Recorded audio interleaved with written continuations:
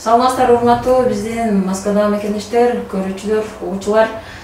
Биздин бүгүн Супар онлайн радиосунда конокто Кыргызстан мусулмандардын дин башкармалыгынын Москвадагы өкүлү Бактыбек Карашев болмокчу. Студиябызга куш келипсиз.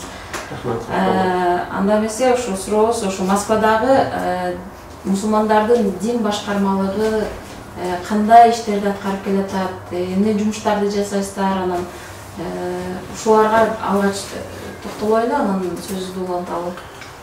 Сурооңузга рахмат. Бисмиллахир-рахманир-рахим. Биздин Кыргызстан мусулмандарынын дин башкармалыгынын Москва шаарындагы өкүлчүлүгү түптөлгөнүнө 10 жыл болду. 10 жылдан бери иштеп келатабыз. Өкүлчүлүктүн түптөлгөндөгү эң негизги максаттары, бир нече негизги максаттары бар. Булар биринчиси ошол талаа жеринде жүргөн биздин улуттун келечеги болгон жаштардын ыйманын бир сактап калууда, же болбосо жаштардын ыйманына залакасын тийгизе турган нерселерден жаштарды сактап калуу.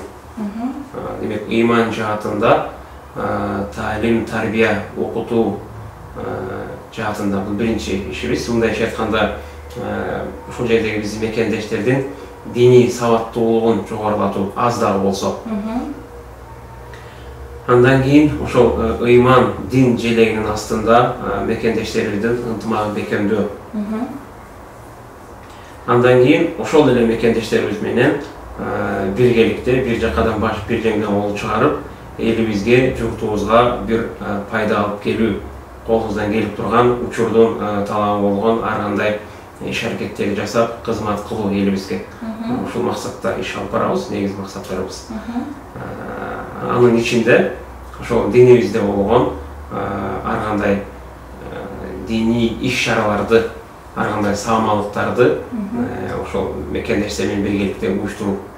Бул дагы биздин бир максаттарыбыз. Жакшы. Урматтуу мекендештер, эгерде мына Курбан айт жакындап келатат, ошо бүгүн бизде конокто Москва шаарындагы ошо Кыргызстан мусулмандар дин башкармалыгынын өкүлү Бактыбек Карашев болууда. Суроолоруңуздар болсо комментарийлер менен биздин WhatsApp номер аркылуу кайрылып койсоңуздар болот. Биз суроолорду айталы, жеткирели. Бизге Бактыбек мырза жооп бергенге даяр. Анда эмесе биз сурообузду ошол жакынкы күндөрдө Курбан айт белгиленгенине жатат. Ошол кайсыл күнгө деп белгиленди? Өкүлчүлүккө дагы ошо башка өлкөлөр менен бирдей болуп калдыбы? Кыргызстан менен Москвадагы Курбан айттын белгилей турган күнү бир күндө болдубу, же башка болуп калды? Ушул тууралуу дагы токтолуп өтүңүз. Анан ушул курмандык чалуунун эрежелери тууралуу дагы кандай адамдар курмандык чалат, анан ушул курмандык чалганда кимдерге берилет? Ушулар тууралуу дагы токтолуп өтсөңүз.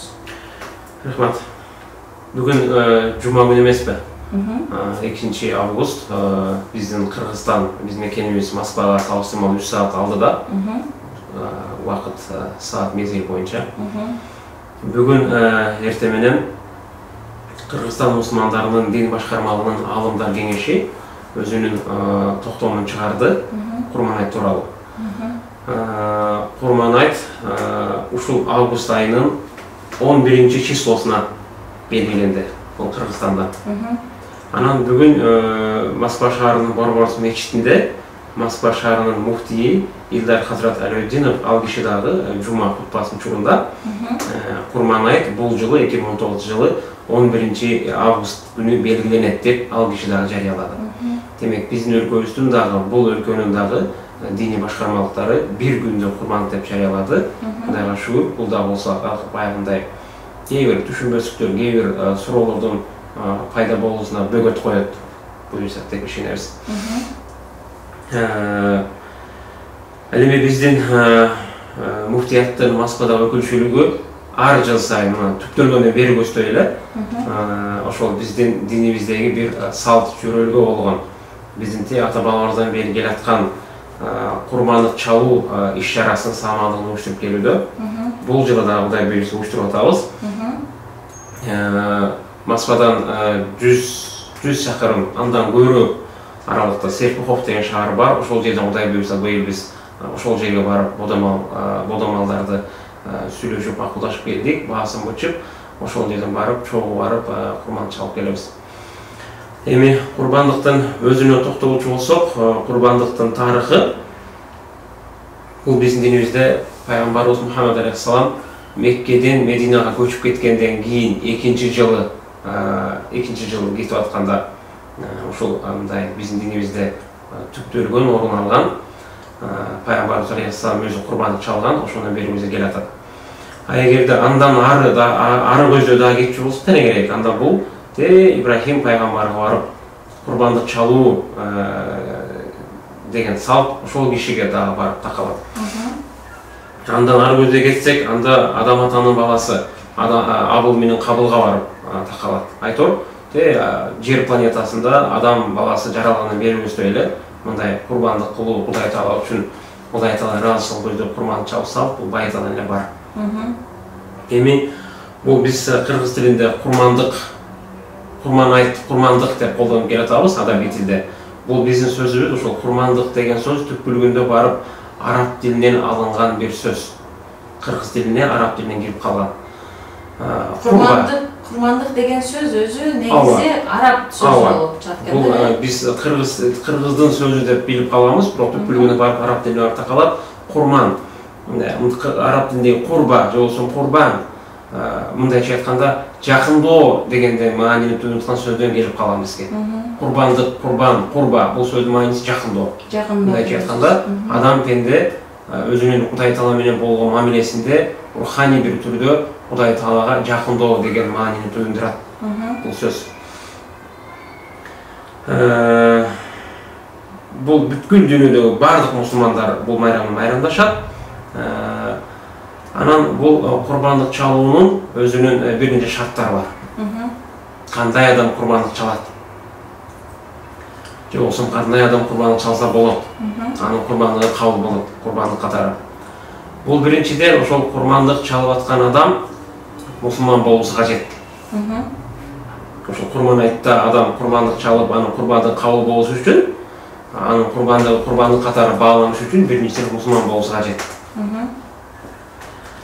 Андан кийин ал адам балагатка жеткен адам болуш керек.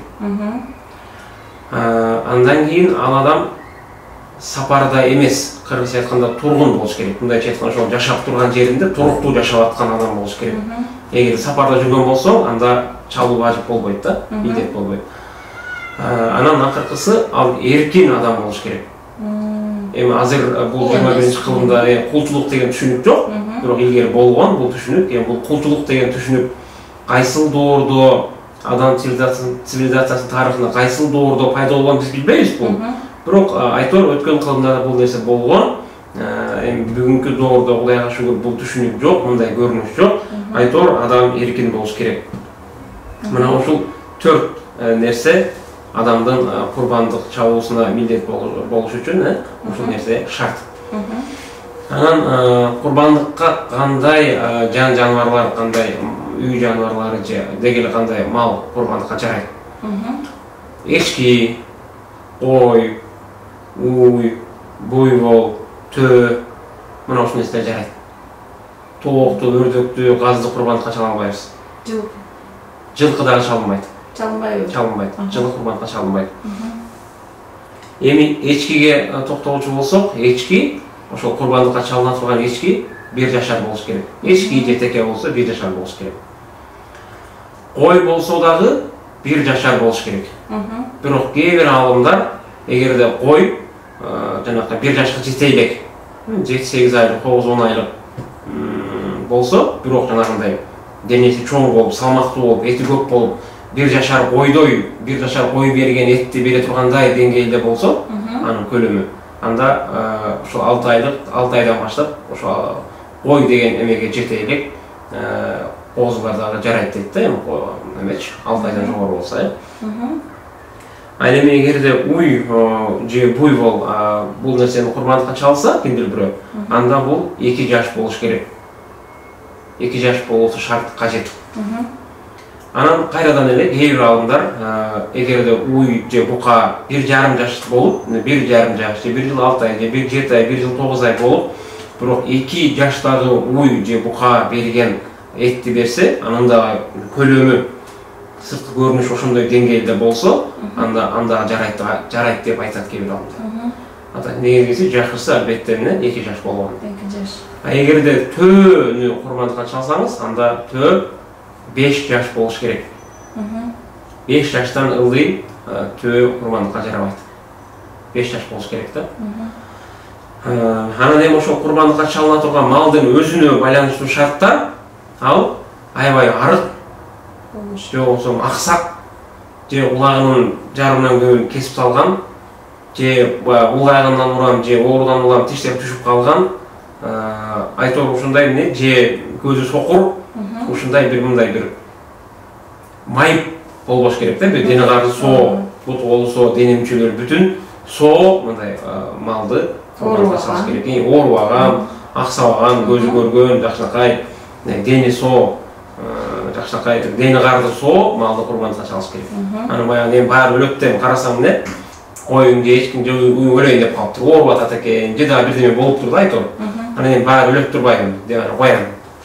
Курмандыкка чалып кое берейин деп чала албайсың да. Эми ошол курмандыкка союлган эттин, то есть малдын эттерин ушул кимдер алат? Кимдерге таратса болот? Анан кандай жол менен шарттарын айтып өтсөңүз таратылат? Биз муфтияттын Москвадагы өкүлчүлүгү жогоруда айтып кеттим, түптөлүгүнө бери көздөй эле курбандык чалуу иш-чарасы өткөрүлүп келатат жыл сайын.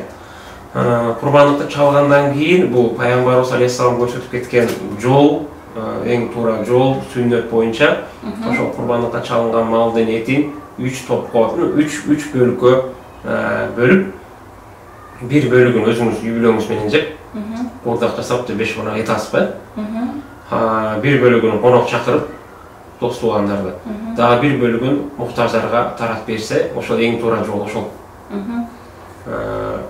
Анан эми жок, мен өзүм эт жейт элем деп, анан баарын өзүңүз жеп алсаңыз деле мейли.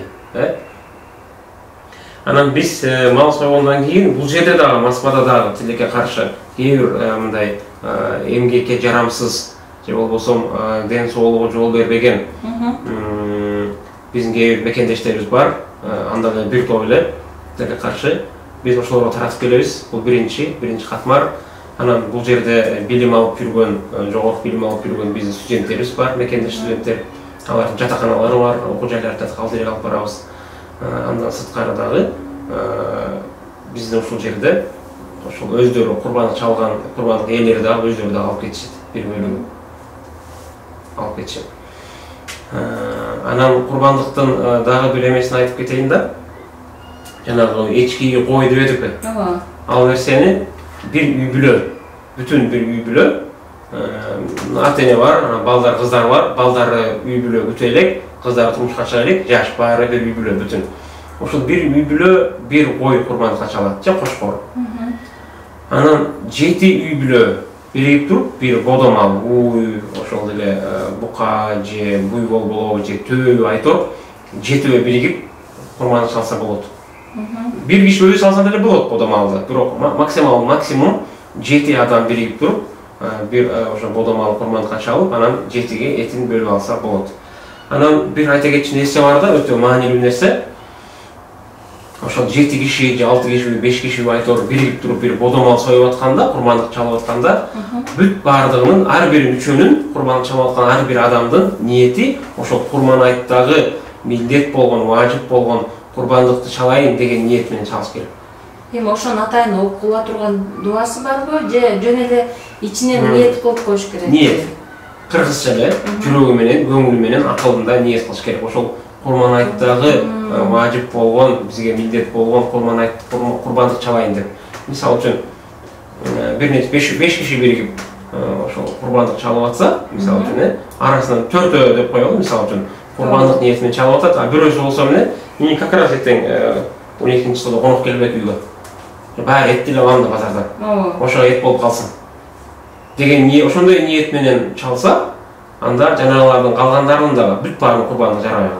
Демек, ошол чогулуп жанагы бодомал союп аткан учурда курбан айтка атай ниет кылып аткан адамдын бардыгы ниетти ошо бирдей ниетте болуш керек экен да. Эгерде ошолордун бирөөсү гана ниети башкача болсо, башка багытта болсо, анда калгандарынын дагы ниети калгандай болот экен да. Ошондуктан бүт баардыгынын ниети ошол курмандык болуш керек.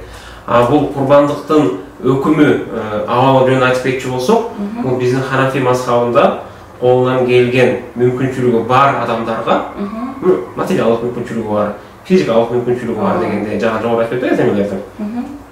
Мүмкүнчүлүгү бар адамдарга курбандык чалуу милдет. Эми арабча важип деп коет, кайрыктан милдет. Милдеттүү түрдө курбандык кылыш керек. Курбандык кылбаса күнөөкөр болот. Анткени пайгамбарыбыз алейхиссалам өзүнүн сөзүндө айтып кеткен: "Мен важада сиатан лан юдхи фала юдхи фала яхдур мусаллана." Кайсы бир адамдын курбандык чалууга мындай баардык шарттары болуп, толук мүмкүнчүлүктөрү болуп туруп, бирок сараңдык кылып курбандык чалбаса, анда ал биздин намазханага жолбосун деп айткан.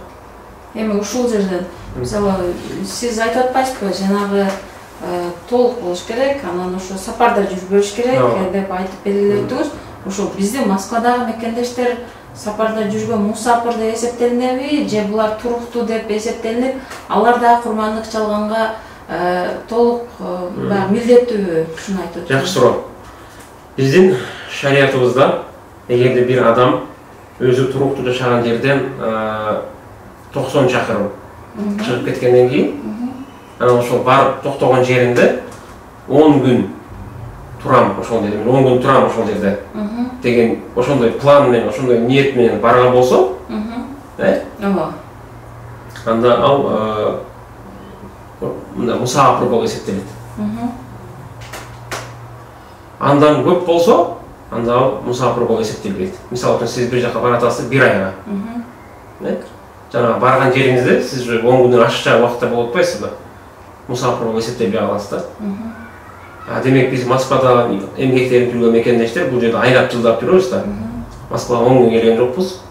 Айлап жылдап жүрөбүз. Демек бул жерде ушул жерде иштеп, ушул жерден эмгек кылып, ушул жерден биз ырызык таап жүрөбүз. Демек биз бул жерде туруктуу жарандын жанагы өкүмүн алып, туруктуу жаран катары мындай бизге баа берилет дагы. Анан бизде мүмкүнчүлүк бар болсо, анда бизге дагы эмне курмандык чалуу милдет болот. Жакшы.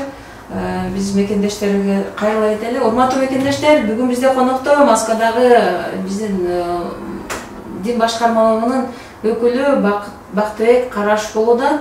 Суроолоруңуздар болсо, мына Курман айтка карата ушул курмандык чалуу боюнча ушундай бир суроолоруңуздар, дин боюнча суроолоруңуздар болсо, биз менен көрүп отурган мекендештерибизди суроо берүүгө чакырабыз. Комментарий менен же болбосо биздин WhatsApp номерге жазып калтырып койсоңуздар болот. Биз Бактыбек мырзага жеткирели. Бактыбек мырза бизге түз эфирден жооп бергенге аракет кылсын. Анда эмесе ошол эле жерден суроону уланталы. Жана сиз айтып өттүңүз, курмандык деген сөз бул жакындоо деп белгилөөтүңүз арабча. Ушул эми жер планетасы ушул жашоо берилгенден баштап эле ушул Адам алейхиссалам атабыздан баштап эле ушундай салт болуп келатат деп айтып өттүңүз. Ошолорду окуяларынан айтып өтсөңүз, мисалы Адам атанын ошо балдарынан, Ибрахим алейхиссаламдын балдарынан кийин ошо пайгамбарыбыз ошо хижра деп айтып өттүңүз. Ошол 2-жылдан баштап ошол курмандык чалуу ошондон бери бизде уланып келатат. Демек бизде жалпы эле адамзаты жашагандан баштап эле ушул курмандык чалуу деген бизде бар экен. Жалпы эле адамзатында. Демек ушулардын окуялары тууралуу балким кызыктуураактыр, ушуларды айтып өтсөңүз. Эми четинен баштайлы. Адам атанын эң алгачкы уулдары кыргызча аталганда Абыл Кабыл деп бизде кыргызда Абыл Кабыл деп эгиз балдар ат коюп жүрбөйбү?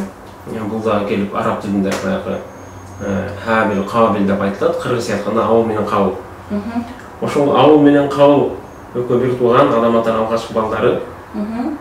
Кудай Таала буларга Кудай үчүн булардын бирөөсү дыйканчылык менен, бирөөсү мал чарбачылык менен эмгектенген экен да. Анан Кудай Таала үчүн мындай бир курбандык кылгыла деп буйрук болгондо, бул экөөнүн бирөөсү ошол өзүнүн дыйканчылык менен алектенгени, өзүнүн ошол эгин тегиндеринен алып келип курбандык кылган экен. Мал менен алектенгенде өзүнүн бир жакшы бир малын курбандыкка чалган да. Анан ошондо бирөөсүнүн курбандыгы Кудай Таала тарабынан жактырылып, кабыл болуп, бирөөсүнүн кабыл болбой калганда, ошондон улам баягы ачуу алдырып, шайтандын тилине кирип, анан бир туугандар бири-бирин өлтүргөн да бирөөсү. Бул жөнүндө Кур'ан аяттарында да айтылат. Пайгамбарыбыз алейхисаламдын хадистеринде айтылат. Андан бери көзгө келсек, Ибрахим пайгамбар. Ибрахим пайгамбардын лакап аты, такма аты арабча Халилулло дейт. Кыргызча айтканда Кудайдын досу деген сөз. Халил деген бул дос деген мааниде. Эми мында карап көрсөк, Ибрахим пайгамбар ал сыяктуу эле бир адам, пенде. Анын пайгамбарлык макамы бар. Бирок мындай алып караганда ал адам пенде, ата-энеден төрөлгөн. Анан ал кишинин ушундай бир Халилулло, Кудайдын досу деген бир ары сыймыктуу, ары өтө жогору мындай бир лакап атка, мындай бир макамга Кудайдын досу элестетиңиз да. Биз пендебиз, Кудайдын досу боло албайбыз. Бирок ал Кудайдын досу деген лакап атка ээ болуп калуусунун анын да өзүнүн бир аябай орчундуу себептери бар. Бул киши бул лакап атка жөн-жөндөөн ээ болуп калган эмес. Бул киши Ибрахим пайгамбар эң алгач 86 жаш курагында, эми бул жерде Кур'ан чечмелеген тафсирчилер, чечмелөөчү алымдар ар кандай жаш курагын айтып да, бирок эң эле баягы оптималдуусу 86 жаш деп айтылат да. Эми ар кандай маалымат варианттар бар экен. 86 жашында биринчи жолу перзенти болуптур бул киши өмүрүндө. Улуу пайгамбар. Ага чейин перзент көрбөптүр. Биринчи зайыбынын аты, биринчи жубайы Сара энебиз ошол эгерде биз так билбейбиз, бирок Ибрахим пайгамбарды 25 жашында үй бүлө бүткөн деп эсептеши болсок, анда бул Сара энебиз 60 жыл жашап балалы болбогон болот. Анан демек 85 жашка барып калат. 85 жашка барганда экинчи жолу үйлөнүп, экинчи жолу турмуш куруп, Ажар энебиз үйлөнүп, анан 86-сында ошол Ажар энебиз экинчи зайыбы ошол кишиден балалуу болуп, Исмаил аттуу уул төрөлгөн экен. Анан караңыз, адам 86-да. Биринчи жолу перзенти болуп атат. Анан Кур'анда мындай деп айтылат да бул жөнүндө. Кур'анда Саффат деген сүрө бар. Ошол сүрөнүн 102-чи аятында мындай дейт: Бисмилlah. فَلَمَّا بَلَغَ مَعَهُ السَّعْيَ قَالَ يَا بُنَيَّ إِنِّي أَرَىٰ فِي الْمَنَامِ أَنِّي أَذْبَحُكَ فَانظُرْ مَاذَا تَرَىٰ قَالَ يَا أَبَتِ افْعَلْ مَا تُؤْمَرُ سَتَجِدُنِي إِنْ شَاءَ اللَّهُ مِنَ الصَّابِرِينَ. Ошол Исмаил баласы оларга жарап калган мезгилде дейт да. Бала адатта бир 10 жаш, 12 жашка барганда бала оларга жарап калат да. Жумшайсың, бала мону тияк алып барчы, тегин чакырып келчи, мен мону тегите койчу деген бала жарап калат да, бир жумшаган оларга жарап калат.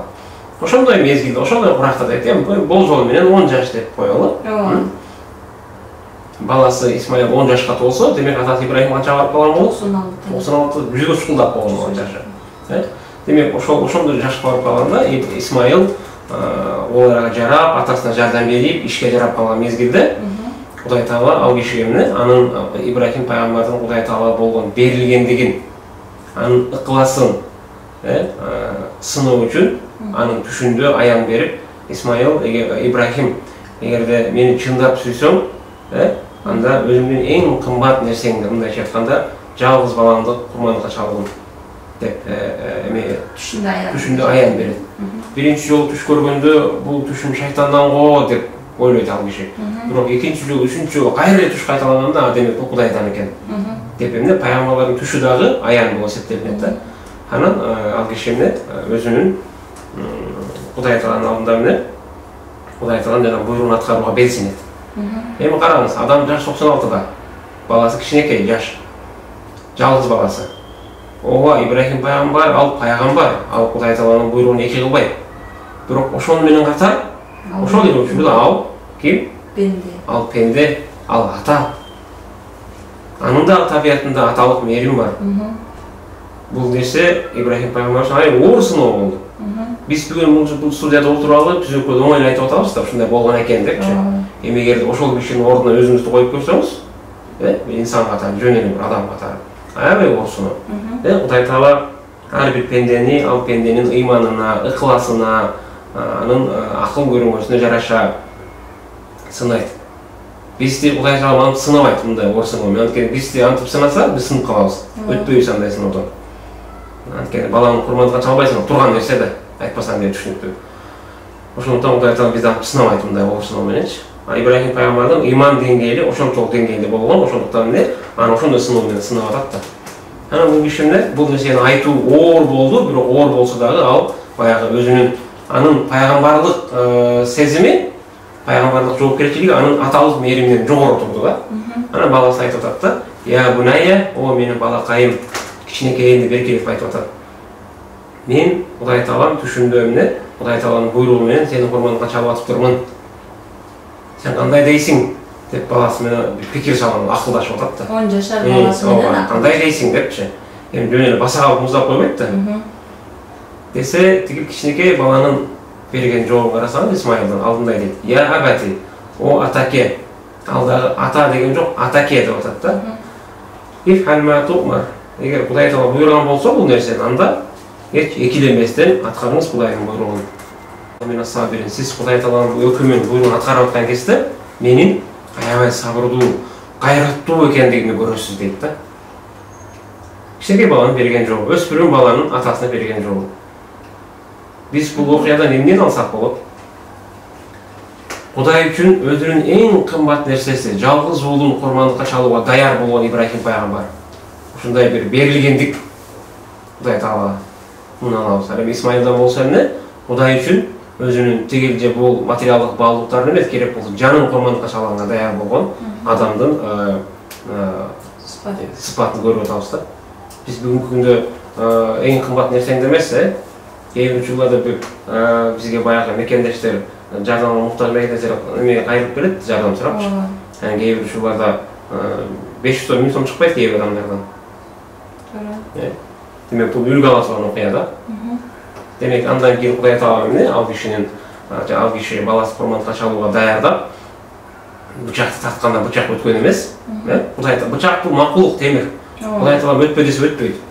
Кудайдын буйругу өтпөйт. Анан ошондон Кудай таалам эмне? Ибрахим, сен өзүңдүн берилгендигиңди, ыкыластуулугуңду далилдедиң, жетишет, баланы курмандыкка чалба деп, анын ордуна бирине бейиштен бир көк кочкор түшүргөн дейт. Ошону курмандыкка чал деп, анан ошондон бери көздөр ушундай бир көрөлүгү бизде, динибизде сакталып калган, жашап келатат. Бул эми ошол ал мезгилде баягы курбан айт эмес, ал жөн эле Кудайдын буйругуну ошол берип аткан аянны аткарам деп ошол нерсени аткарган да. Ал эми ошол салтыбызда ошол курбан айт күнү, дал ошол күнү бизде курмандык чалуу деген бул пайгамбарыбыздан келген. Жогоруда айтып кеткендей, пайгамбарыбыз алейхиссалам Меккеден Мединага көчүп баргандан кийин экинчи жылы уже мындай расмий түрдө биздин динибизде ушундай майрам бар, курбан айт деген. Анан ал күнү мүмкүнчүлүгү барлар монтип курбандык чалып, этин бир бөлүгүн өзү жеп, дагы бир бөлүгүн конок чакырып дегендей, дагы бир бөлүгүн ошол айлап жылдап эт жебегендерге, муктаждарга таратып, аларга дагы бир майрам тартуулагыла деген жөрөлгө бул уже кийин хижраттын 2-жылында негизделип, түптөлүп орун алып атат биздин динибизде. Эми биз ушул жерден дагы жасатайын. Урматтуу мекендештер, сиздер берип аткан суроолорду биз бир аздан кийин берип баштайбыз. Суроолоруңуздар болсо комментарий менен биздин ошо Facebook баракчабызда, ошо түз эфирдин астына комментарий менен кайрылып кетсеңиздер болот. Андан сырткары биздин WhatsApp номерге дагы жазып койсоңуздар, биз эфирден азыр сиздер кайрылган суроолорду Бактыбек Карашевга берип өтөлү. Бактыбек мырза, ушул жерден айтып өтсөңүз, ушу айт майрамдары негизи эле кантип майрамдалып калган, ушул шарттары кантип, анан орозо айт майрамы, орозо бүткөндөн кийин майрамдалсын деген, анан ошол орозо айт майрамдалгандан кийин 70 күндөн кийин курбан айт белгиленсин деген, ушул тарыхта кантип ушул белгиленип калган, ооба белгилеп өтсөңүз. Биринчиден айта кетчү нерсе, айт, биз айт деп атпайбызбы, айт майрек болсун деп колдонуп атабыз. Ушул айт деген сөз араб тилиндеги айт деген сөздөн алынган. Ал эми айт деп кыргызча айтканда майрам деген сөз. Майрам. Кадимки эле майрам, праздник болчу айтканда. Арабтар айт дейт, ошол айт деген сөз бизге кыргыз тилине ылайыкташып айт болуп кирип калган. Ал эми майрек болсун деген сөзүбүз, буга токтолуп кетейин. Айт майрек болсун деп балким кээ бир биздин мекендештер бул нерсени колдонуп бирок маанисин түшүнбөй жүрүшү мүмкүн. Маарек деген сөз кыргыздын сөзү араб тилиндеги мубарак деген сөздөн алынган. Эми кыргызча айтканда мубарак берекелүү деген мааниде. Майрамыңыз берекелүү болсун. Майрамыңыз көңүлдүү өтсүн. Сизге бир жакшы бир маана тартып алсын деген мааниде колдонуп калганбыз да. Ал эми бул Ороз айт жана Курман айт майрамдарынын даталары кайсыл күнү белгилениш керек, бул жөнүндө Пайгамбарыбыз саллаллаху алейхи вассаламдын хадистери бар. Анакы ай календары боюнча биздин баягы динибиздеги эмелер, майрамдар, биз бул календар чыгарганда ай календарынан күн календар деп чыгарып атпайбызбы? Баягы хижриянан кийин эме депчи, милади деп. Ошол хижри календар боюнча, ай календары боюнча ай жаңырганда ар бир айлар бар да. Бизде январь, февраль, март, апрель дегендей эле. Араб исламда эме бар, ай календары боюнча анан ошол бир ай бүткөндөн кийинки ай келет да. Мисалы үчүн Шавваль, анан кийин Рамадан, Шабан депчи, Шабан, Рамадан, Шавваль экен. Ошол Шабан ай бүткөндөн кийин Рамадан ай кирип атат, Рамадан бүткөндөн кийин Шавваль кирип атат. Ошентип келип туруп, анан Рамадан ай бүткөндөн кийин, Рамадан ай кээде 29 күн болот, кээде 30 күн болот, ал айдын жаңырышына жараша. Рамадан ай бүткөндөн кийин кийинки айга киргенде, Шавваль айына киргенде, Шавваль айынын биринчи күнү уже эме болуп атат да. Ороз айт болуп атат. Рамадан ай бүттү ушу. Кийинки айга өткөндө Ороз айт майрамдалат. Ай жаңыргандан кийин ай көрүн, кийинки айда ай көрүнгөндө. Ал эми Курман айт болсо, Зулхиджа деп айтылат, бул араб тилинде. Зулхиджа айынын канчанчы 12-чи числосунда, датасында биз Курман айтты белгилейбиз. Ошол быйыл Кудай буйрса Зулхиджа айынын 12-чи числосу, ошол август айынын 11-чи числосунда дал келип атат да. Бул ошол пайгамбардын айтып кеткен, бизге айтып кеткен, өзү такта аны көрсөтүп кеткен сөздөр менен ошентип белгиленет. Эмне үчүн ошол 70 күн экенине мындай так күн болуш керекпи ошондо? 70 күн экенин, 70 күндөн жок, жүк болуп калышы деле мүмкүн. Айдын жаңырышына жараша. Эми бул жерде бир мекендешибиз суроо бериптир, бирок WhatsApp номерден жазган экен, мен айтып өтөйүн. Атын деле жазбаптыр. Биз үй бүлөбүз менен курмандык чалып өзүбүз эле жей алсак болобу деген суроо бериптир да. Болот. Аты фамилиясын деле жазбаптыр, аягы 78 деген номер кайрылыптыр. Кудай буйрса, Курман айттагы курбандык ниетинде курбандык чалып, анын ниетин толугу менен өзүңүз колдонсоңуз деле болот. Жарай берет. Ошол менен эле бир катар мен дагы бир суроо берип өтөйүн. Ошол Серпхов шаарында, бул жерде атайын бодо малдарды кимдер багат, ошолар тууралуу? Жергиликтүү Азербайжан улутундагы биздин мусулман бауырлашыбыз бар экен. Ошол жерде аябай чоң, эми эбегейсиз чоң жерде ээлеген фермасы бар экен. Совет мезгилинде аябай чоң совхоз болуп, ошо ферма болуп, анан ошол жерде кийин менчиктелип калган экен. Ошол жерде 150дөн кем эмес букасы бар экен. Биз барып көрүп келдик. Серпхов шаарынын ары көчөдө 40 чакырым жүрөт экен. 150 деп бука кармайт экен. 1 жаштан баштап 4 жашка чейин. 200 уй бар экен. Ошол менен алектенет экен да бул киши. Анан биз ошол киши менен түз быйыл барып таанышып, көрүшүп, анан кийин малдын баасын бычып, анан ошого жараша жанагы бир бодо малдын баасын 7ге бөлүп, анан 7ден 1 бөлүгү 9000 рубль түздү. Ооба. Ошол бодо малдын 7ден 1 бөлүгү 9000 рубль. Жалпы айтканда 63000 рубль.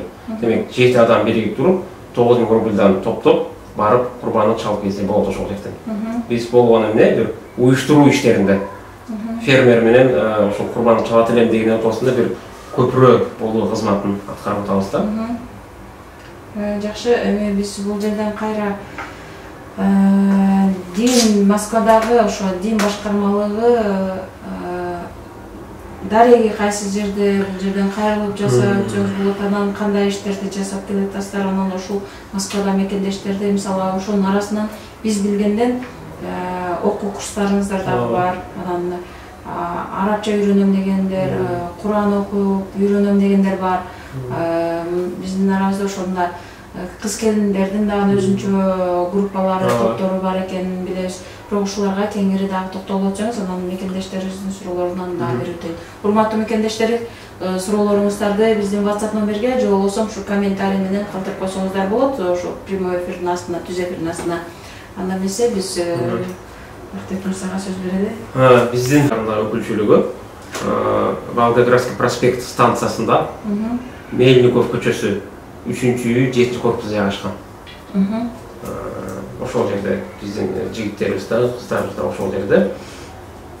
Анан Полянка станциясына дагы бар. Ал жерде Большая Полянка 2, строение 2 деген даректе дагы жайгашканбыз. Ал жакта дагы жигиттерибиз, кыздарыбыз бар. Жогоруда сөздүн башында айтып кеткендей, биз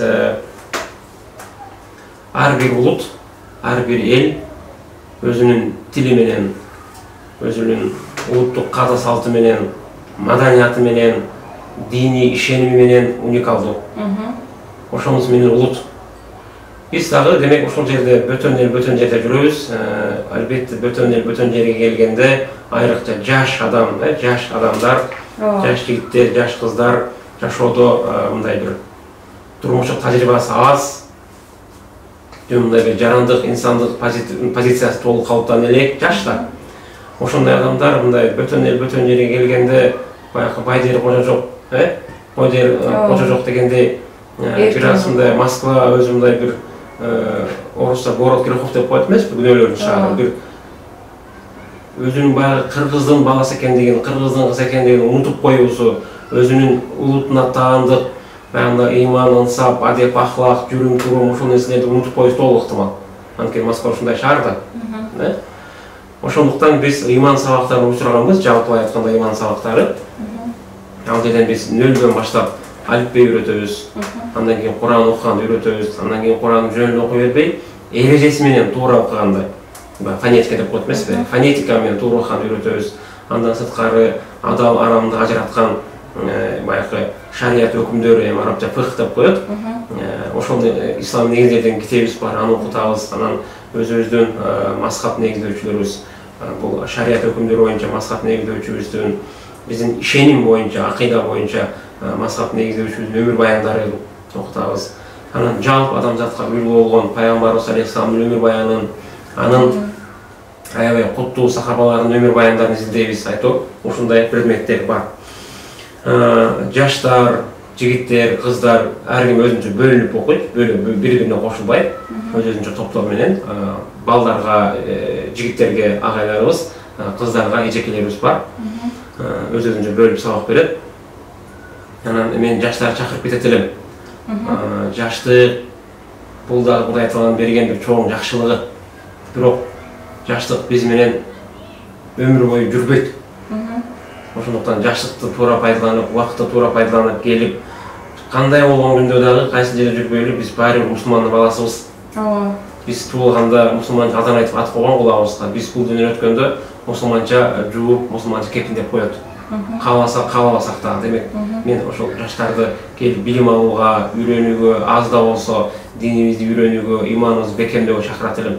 Бош убактыңар болгондо келип 2 саат, 3 саатыңарды аябай келип Куран окуп, өзүңүздүн биз ошол диний баалуулуктарды берүү менен чектелбестен, ошол учурда өзүбүздүн улутубузга таандык маданий баалуулуктарды дагы берүүгө аракет жасап келатабыз. Ал жерде биздин англис тили класстарыбыз бар, орус тили класстарыбыз дагы бар. Ал жагынан дагы келип окуса болот жаштар. Сиздердин телефон номерлери барбы? Ошо бизге кайрылган күнгө айтып өтсөңүз, биз дагы эгер бизге кайрылган мекендештерибиздин арасында чыккандар болсо, биз сиздердин номерлерди калтырып өтөбүз. Биздин байланыш номерлерди жазып алсаңыздар болот. 8966 073 02 22. Урматтуу мекендештер, эгерде сиздер ошо Куран окуйм деген ниеттериңиздер болсо, же болбосо арабча үйрөнөм, же англис тилин, орусча, орус тилин үйрөнөм десеңиздер, өзүңүздөр ошо ыйманыңыздарды бекемдейт элем деп ушу сабак алгыңыздар келсе, Волгоградский проспект метросунда жайгашкан Мельниково 7-үй да? 3-үй 7-чи болот. Мельниково 3-үй 7-чи корпуска кайрылсаңыздар болот. Же болбосо Полянка метросунда жайгашкан Большая Полянка 2-үй строение 2-чи үйгө кайрылсаңыздар. Же болбосо ошол дин өкүлчүлүгүнүн ошо Москвадагы офистерине ушундай кайрылып, өзүңүздөрдүн ошо Куран үйрөнөм деген, же болбосо тил сабактарын, тилдерди үйрөнөм деген ниеттериңиздер болсо, кайрылсаңыздар болот. Бул жерде номерин айтып кетейин.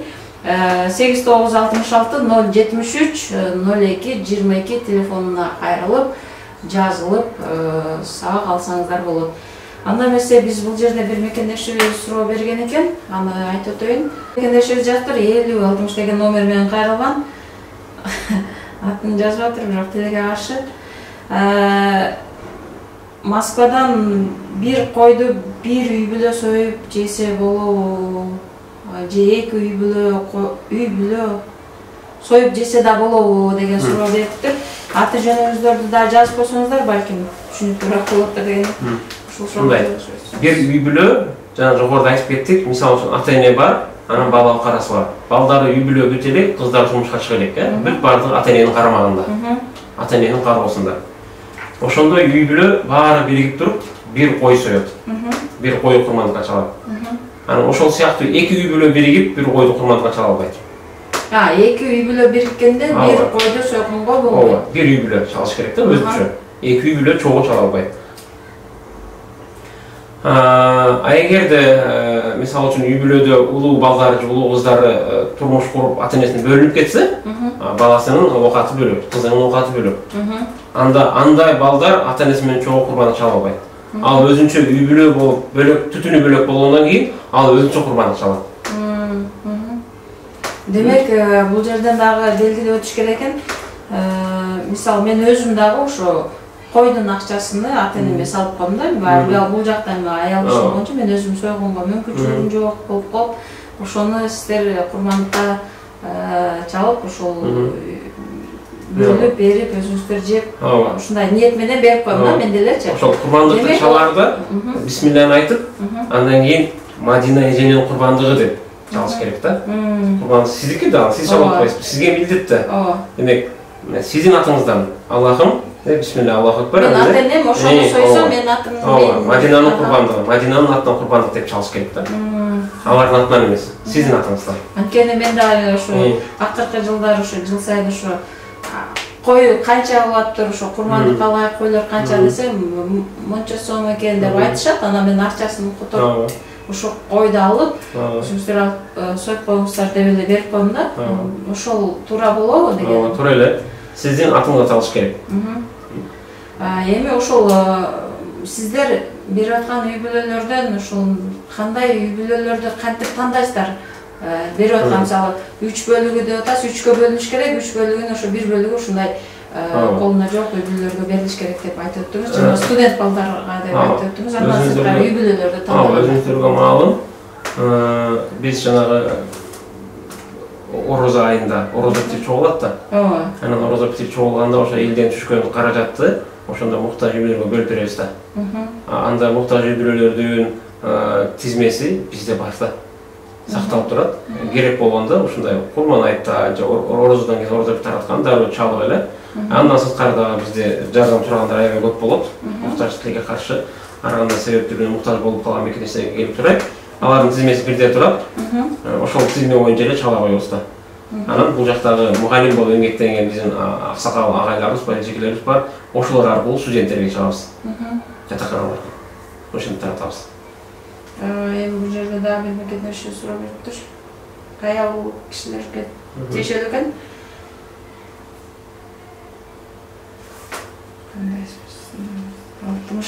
62-65 деген номерден жазышыптыр. Сабак абалы дедик эле. Жок. Толук жазбаптыр. Урматтуу бизге кайрылган акыркы номерин айтып коеюн. 62-65 номеринде кайрылган биздин мекендешибизге кайрылып кетет элем. Кандай сабак алам дедиңиздер эле, анан ушул эмнекени толук жазып өтпөпүздөр. Эми биз жалпысын Бактыбек мырза жооп берип өтөрсүн анда.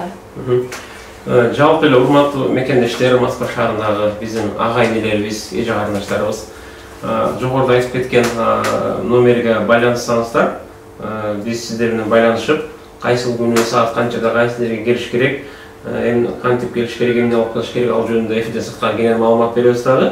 Андан кийин байланышып туруп келсеңиздер болот. Мен бул жерден дагы кайрылып өтөйүн, анда сиздер номериңиздерди кайталап өтөйүн. 8966-076-02-22 номерине, бул номерде WhatsApp номер бар да? Бул номерде WhatsApp номер жок. WhatsApp номерди айтайын да. Түз чалат экенсиздер, бул номерде WhatsApp жок. Анда же Волгоградский метросуна жакын жайгашкан, Мельниково 3-дом 7-корпуста жайгашкан, же болбосо Большая Полянка көчөсүндө 2-дом строение 2-үйгө кайрылсаңыздар болот. Полянка метросунда 8966-073-02-22 телефонуна түз чаласыздар. WhatsApp номер жок экен, бирок WhatsApp номерин сиз өзүңүз дагы кайталап өтсөңүз, биз дагы жазып койгон. 915 менен 446 02-22.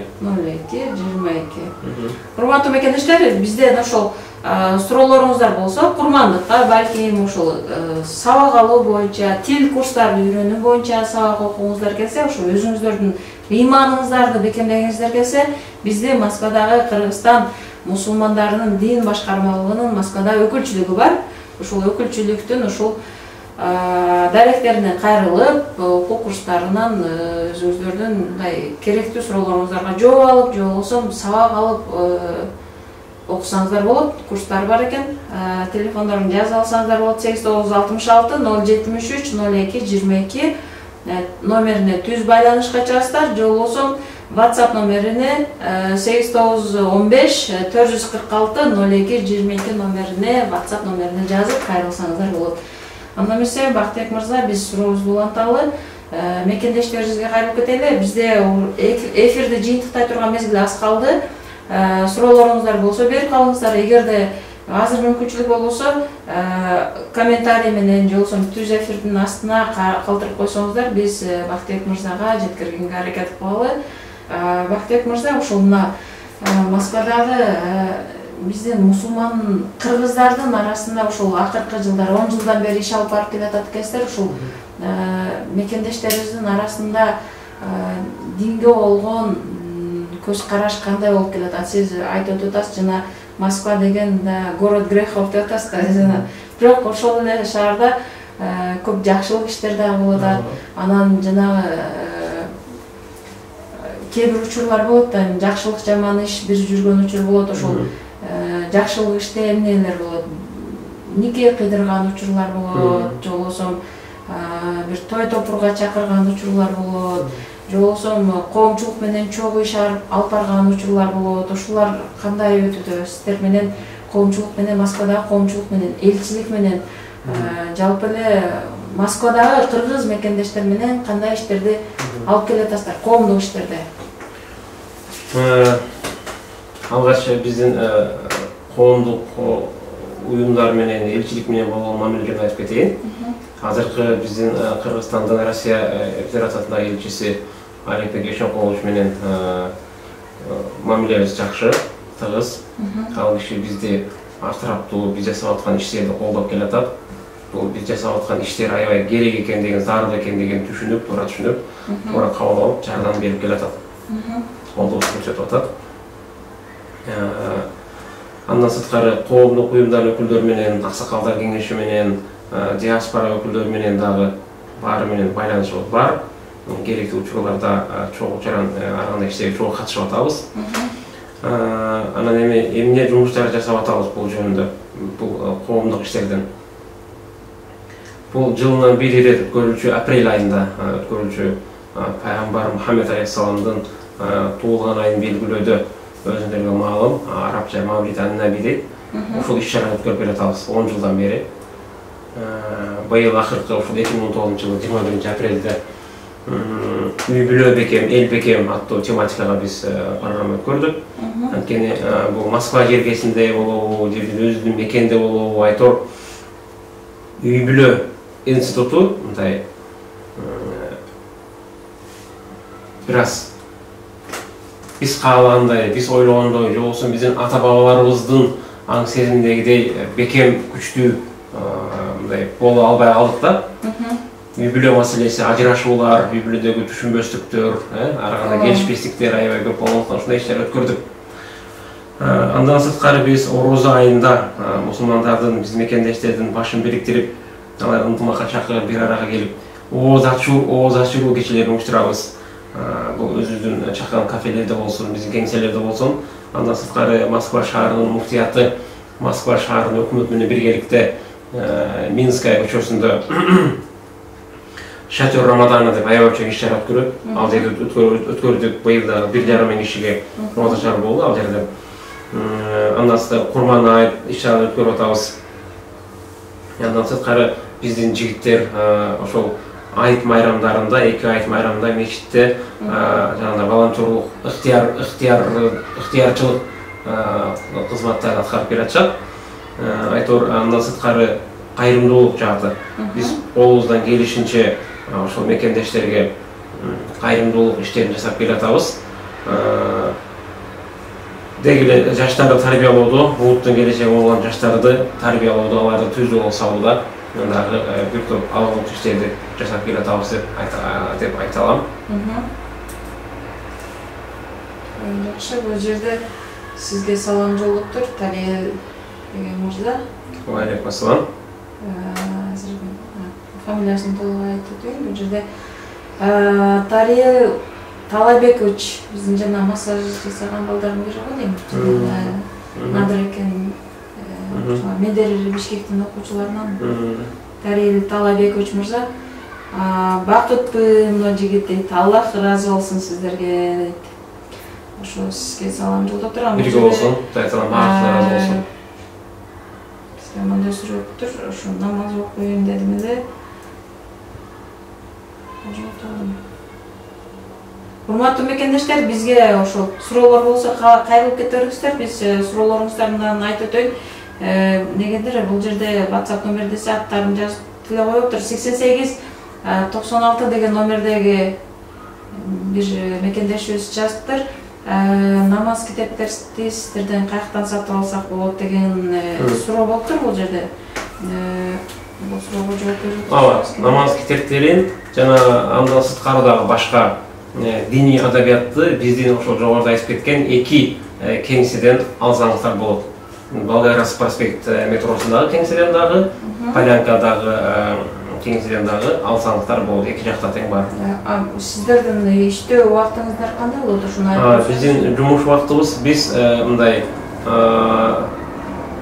массалык түрдө демалыш күндөрү иштейбиз. Жума, ишемби, жекшемби күндөрү.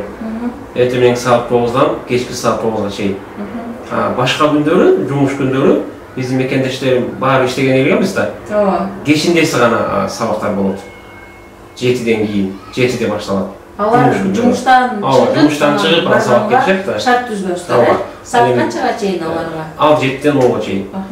Бирок ал ошол мына жазылып туруп анан барыш керек болобу ошол нерселер менен? Ооба, биз чалып, таанышып, такташып, алгач бир номерде көрүшүп, бир топ группа түзүлүп, баары таанышып, анан номер алмашып, убакытты такташып алгандан кийин анан бир жумадан кийин сабакты баштайбыз да. Жакшы, жалпы жонунан ошо азыр Москвадагы мына Курман айтка жакын эми сиздер группа түзүп, эми ошол Серпухов шаарына курмандык чалуу үчүн барасыздар да. Бул жерде атайын машиналарды, унааларды бүт баарын өзүңүздөр уюштуруп жатасыздар да. Москвага ошол жактан бүт алып келесиздер. Анан ошол жерде дагы бир шарты бар, ошо биз билгенден ошол кээде угуп калабыз, ушуну да тактап берсеңиз, толуктап дегендей, толук маалымат берип жатабыз. Ошо курмандыкка чалынган кайсыл эле малдын эти болобу, же болбосо төнүнүн эти болобу, ошол баягы башы калып калат, буттары калып калат, ошолар тууралуу ичи карындары калып калат да ушундай үчүн. Бул жерде ошону калтырып кое бересиздерби? Кандай болот? Мындай курбандыктын эмесине келиши болсок, курбандыктын эмеси ошол терисин дагы сатпаш керек да. Негизинен бул сатылбайт да? Сатылбаш керек. То есть этин жеп туруп, анан терисин сатып жесең, бирөө тери менен алектенгендеги. Анда болбой калат. эгер саткан болсо анын акчасын садака катары иштетип коюш керек. Демек, терисинен багы Москвада балким эми аны иштеткенге мүмкүнчүлүк болгон учурлар болот го. Ошондо сатса дагы аны садака кылып коюш керек муктаждарга.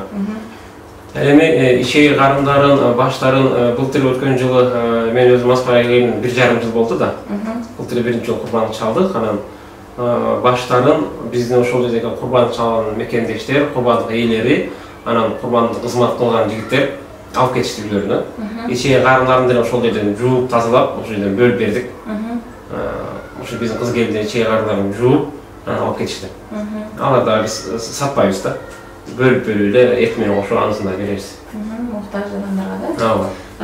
Анда эмесе биз эфир жыйынтыкта турган мезгил аз калды, Бактыбек мырза.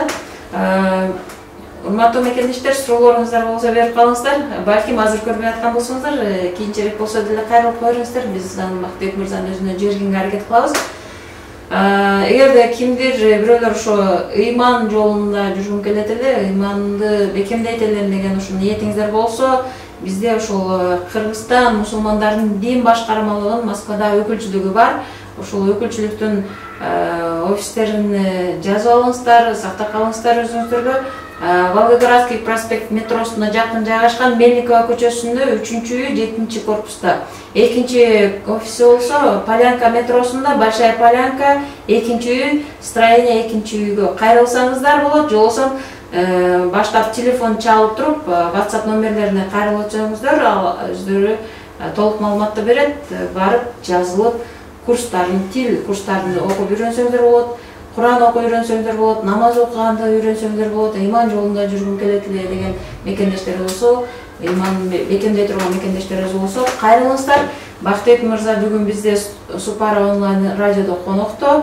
Телефондорун жазып алыңыздар. 8966 073 02 22, WhatsApp номери 915 446 02 22 номерине жазып, байланышып кайрылсаңыздар болот.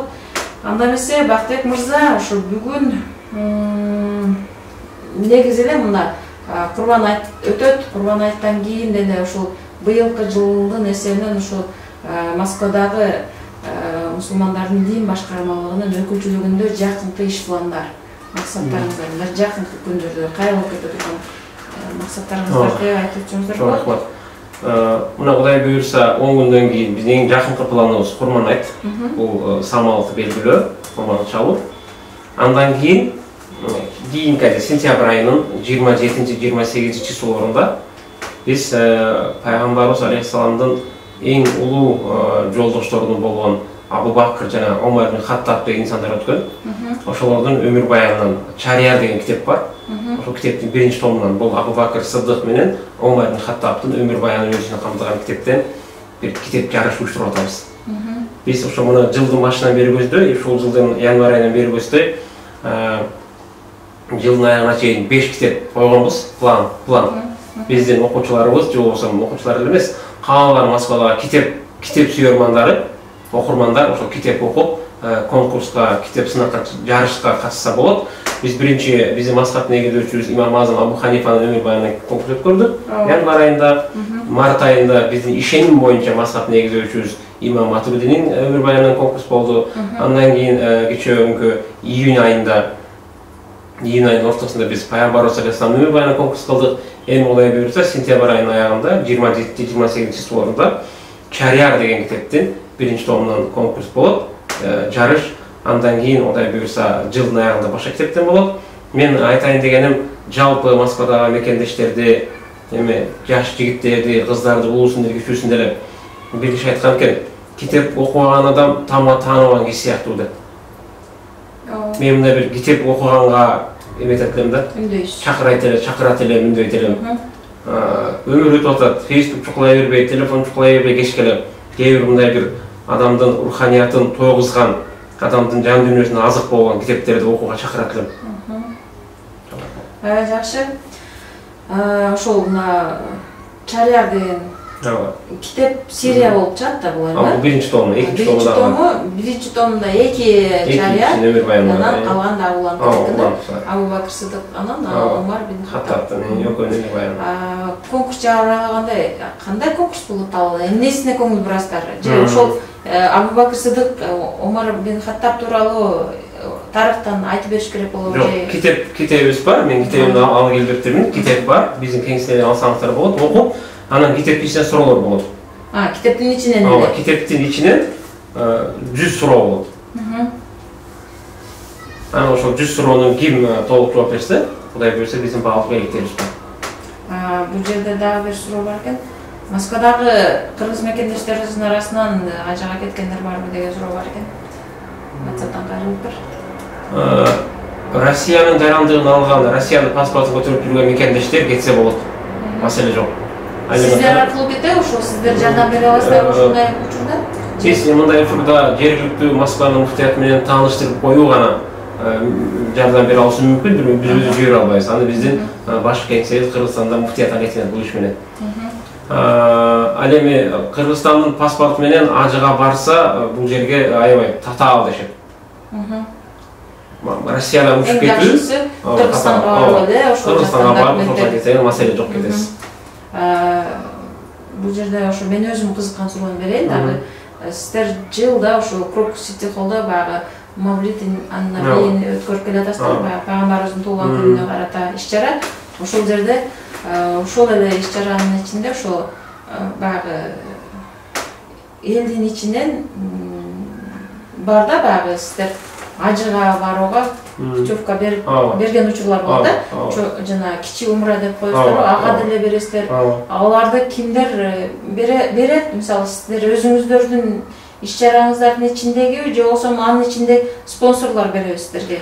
Анан алар кандай жол менен берилет уткан адамдарга? Ошону мына жылы 2019-жылы 3 умра, кичи ачылтып коет, 3 умра ойнотулду лотерея көрүүчүлөрдүн арасында. Бир умраны биздин муфтият, Кыргызстандын муфтияты диний башкармалыгы өзү берди, демөөрчүлүк кылып берди. Дагы бир экинчи умрага Береке деген курулуш компаниясы демөөрчү болду. Анан үчүнчү дагы бир умрага болсо Elite House курулуш компаниясы демөөрчүлүк болду. Биз алар менен өзүбүздүн келишибиз бар, алардын да кызыкчылыгы бар, биздин да кызыкчылыгыбыз бар. Алар бизге кээ бир чыгымдар жабууга жардам берет. Биз аларга эмне платформа түзүп эме алып беребиз. Айтор эки тараптын тең кызыкчылыгы бар бул нерседе. Алар ошол демөөрчүлүк кылып беришет.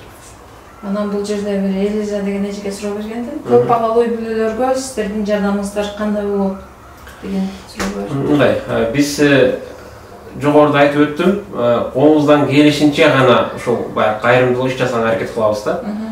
Негизги биздин функциябыз, өкүлчүлүктүн функциясы кайрымдуулук эмес. Анткени кайрымдуулук кылыш үчүн сен расмий түрдө үзүлбөстөн такай кирип турган кирешең болуш керек.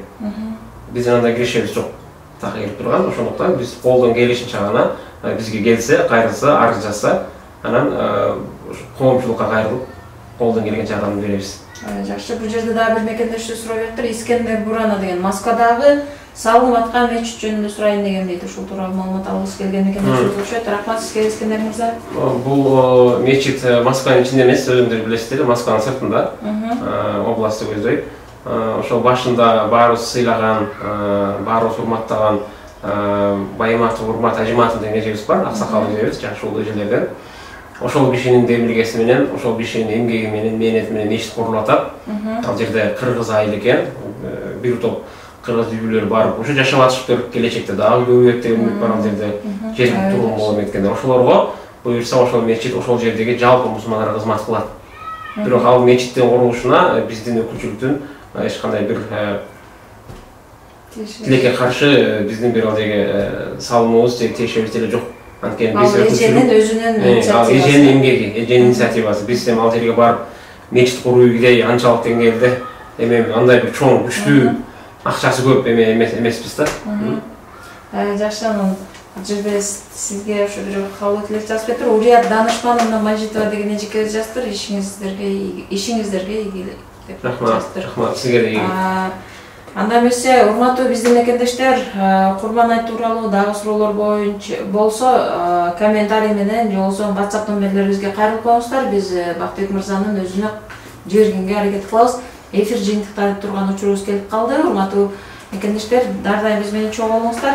Анда эмесе, Бактыбек мырза, сизге эркин микрофон, ошо жалпы эле мекендештерге же болбосо Курман айт тууралуу ушундай дагы бир сөздөрүңүз болсо, эркин микрофон айтсаңыз болот. Чоң рахмат. Учурдан пайдаланып, мен жалпы мекендештерди алдыбызда келаткан Кудай буйрса аман болсок, оңундан келип турган Курман айт майрамы менен куттуктайм. Айтыңыздар маарек болсун, Кудай буйрса. Анан мен жалпы мекендештерге айтар элем. Кудай Тааланын бизге берген жакшылыктарын, бизге сунган ырыуулугун, белектерин санасак, биздин саныбыз жетпейт. Ошондуктан биз Россия бир аз кыйналып эмгектелип, кыйналып акча таап атабыз, бирок ошону менен катар бул Москва мүмкүнчүлүктөрдүн шаары, аябай көп мүмкүнчүлүктөр бар бул жерде. Адам өзүнүн материалдык абалында оңдогонго дагы, ошону менен катар өзүнүн интеллектуалдык, руханий, маданий абалыңды жогорулатканга, оңдогонго аябай сонун мүмкүнчүлүктөр бар. Мындай мүмкүнчүлүктөр балким тилекке каршы кээ бир өлкөлөрдө, ошону менен катар биздин сүйүктүү өлкөлөрдө болбой калышы мүмкүн. Ошондуктан мен сиздерди ушул Москванын берип аткан мүмкүнчүлүктөрүн, Москвада Кудай Таалам ырыуулап аткан жакшылыктарды мындай пайдаланып калгымды өтөлөм. Келип ыйманыбызды бекемдеп, Куран окуган үйрөнүү жагынан болобу, же болбосо ден соолук чыңдоого, бул жерде бизде материалдык мүмкүнчүлүгүбүз бар да. Демек, спорт залдарга барып, денебизди чыңдаганга болсун, билим алып, иштеп жалаң акчанын артынан калай эбестен билим алып, жогорку окуу жайларда иштеген биздин агайларыбыз бар. Ошолордун жардамы аркылуу өзүнүн билим деңгээлин жогорулатканга да аябай сонун шанстар бар Москвада. Ошол нерселерди пайдаланууга үмүт этелем. Анан Курман айтта баягы пенделик кылып, сараңдык кармабай, мына мисалы үчүн кимдир бирөө Москвага келейин дейт, келе албайт да. Анткени билесизби неге? Анткени аны аксак, анын көзү көрбөйт, анын колу майрык. Ошон үчүн ал келе албайт. А биз келдик. Ошол бутубуз аксак болбогондугу үчүн, ден соолук үчүн, алсан аман болгондугу үчүн келдик. Бир эле мисал айтайын да. Кимдир бирөө келе албайт, келгиси келет, келе албайт. Демек, ушул сыяктуу ата-энебиз бар, бала бакырабыз бар, ден соолугубуз чың, тынч жашап атабыз, өлкөбүз бар. Ошол сыяктуу айта берсең көп да, Кудай жакшылыктарычы. Алганды билгенден кийин бергенди да билиш керек экен да.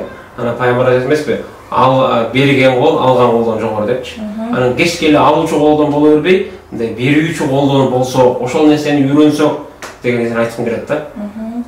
Ушул жерде жүрөсүздөр, биргеликте курбандык чалып, же болбосо Кыргызстанга ата-энебизге, туугандарыбызга акчасын жиберсек, алар курбандык чалса биздин атыбыздан айтор, бул Курман айтты мындай бир ушул майрамды, мындай бир өзүбүздүн майрам да, мындай бир майрамдык атмосфера жаратып, мындай бир шаңдуу өткөрсөк, сараң болбосок деген нерсеге үндөп кетет элем да. Өзүбүздүн балдарга берсек, ошол биздин балдарыбыз ушундай майрам бар экендигин мындай сезсе дейм да, аларга белек берип, кийим алып берип, оюнчук алып берип, тигил жака бул жака алып барып ойнотуп бүгүн майрам депчи.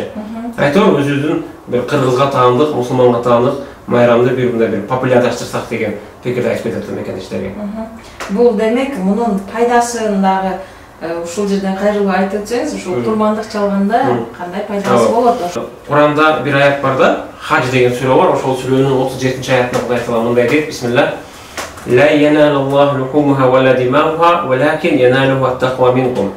Силер курбандыкка чалган малдардын, алардын эти, алардын каны Кудай Таалага жетпейт. Кудай Таалага силердин такыбалыңар жетет дейт. Демек, Кудай Тааланын жогоруда айтып кеткенде толугун токой жакшылыктарын алгандан кийин Кудай Таалам жараткан сага шүгүрлөр болсун. Мен дагы жылда бир жолу бир курбандык чалып, кой союп же башка кылып, бир айлап жылдап эт жебеген үй бүлөлөрдү сүйүнсөм, бир кубансам, ошол бир майрамдык маана тартууласам деген ниет да. Анан пайгамбарыбыз айтат да, мусулмандын хайрул умур сурурун tudkhiluhu ala qalbi muslim. Сенин жасаган иштериңдин эң жакшысы бул башка бир мусулман сүйүнкөндүгүн кубанткандыгың дейт да. Сен башка бир муктаж үй бүлөнү, айлап жылдап эт жебеген үй бүлөнү сүйүнсөң, кубансаң, бул нерсе Кудай Тааланы сүйүнтөт. Демек, Кудай Тааланан, Аллах тарабынан ошо бизге анан бул нерсе сенин канчалык деңгээлде Кудай Таала менен болгон мамилең канчалык экендигин көрсөтөт. Кудай Таалага болгон ишенимиң, ыйманың канчалык экенин көрсөтөт. Анткени Кудай Тааладан сооп үмүт эткен адам үчүн курбандык чалуу, баягы материалдык мүмкүнчүлүгү барлар үчүн да көп деле кыйынчылык жаратпайт. Кудай Таала менен болгон мамилең тыгыз эмес болсо, жакшы эмес болсо, анда сен балекет болуп, бай болуп турсаң деле сен үчүн бир ой проблема болуп тура берет да. Демек бул курбандык сенин ыйманыңдын Кудай Таала менен болгон мамилеңди мындай көрсөтүп турган бир көрсөткүч деп койсок болот да. Муну садака деп эсептесе болобу же бул туура эмес болуп калат? Бул нерсе милдет катары. Милдет катары, мүмкүнчүлүгү бар адамдар ошол Кудай Таала мага жакшылыктарды берип атат. Мен дагы бир Кудайдын кулагы сүйүнсүн деп бир башкаларга бир менин белегим болсун. Кудай Тааланын буйругун аткарайын деген ниет менен аткарабыз. Жакшы. Урматтуу Бактыбек мырза, студиябызга да бир жолу куш келипсиз. Урматтуу мекендештер, мына бир сааттан ашыгыраак мына сиздер менен Супара онлайн радиосу кызматта болду. Бүгүн бизде Супара онлайн радиосунда конокто Кыргызстан мусулмандарынын дин башкармалыгынын Москвадагы өкүлү Бактыбек Карашев болду. Жакында Курбан айтка карата ушул жалпы маалымат алалы деп чакырганбыз, мекендештерге жеткирели деп чакырганбыз. Мына бир саат бою сиздерге Курбан айт тууралуу, Курбан айттын эрежелери, шарттары тууралуу, тарыхы тууралуу сөз кылдык. Студиябызга дагы бир жолу куш келипсиз. Эгерде ушу мекендештерибиздин арасында сиздерге кайрылгандар болсо, биз эфир аркылуу жасап өтөйт. Дагы балким ушул сиз айткандай ыйманын бекемдегиси келген мекендештер болсо, сиздерге кайрылсын. Урматтуу мекендештер, эгерде Куран окуйт элем, намаз үйрөнөт элем, же тил курстарын окуйт элем деген мекендештерибиз болсо, Волгоградский метросуна жакын жайгашкан Мельниково 3-дом 7-үйгө кайрылсаңыздар болот, же болбосо корпус 7 корпуска кайрылсаңыздар болот, же болбосо Полянка метросуна жакын жайгашкан Большая Полянка 2-үй, строение 2-үйгө кайрылсаңыздар, же болбосо телефон номерлерин жазып алып туруп, Бактыбек мырзанын, же болбосо Москвадагы дин өкүлчүлүгүнүн номерлерине түз байланышка чыгып, өзүңүздөр байланышып дареке барсаңыздар болот. 8966-073-02-22 номерине түз байланышка чыксаңыздар, же болбосо 8915-446-02-22 номерине чалып, WhatsApp номерине жазып байланышып өтсөңүздөр болот. Биз менен ар дайым чогуу болуңуздар. Бүгүн бизде конокто дагы жолу кайталап өтөйүн. Кыргызстан мусулмандардын дин башкармалыгынын Москвадагы өкүлү Бактыбек Карашев болду. Студиябызга дагы жолу куш келипсиз. Жакынкы күндөрдөгү Курман айтыңыз сизге да маариф болсун. Сизге да чоң рахмат. Рахмат.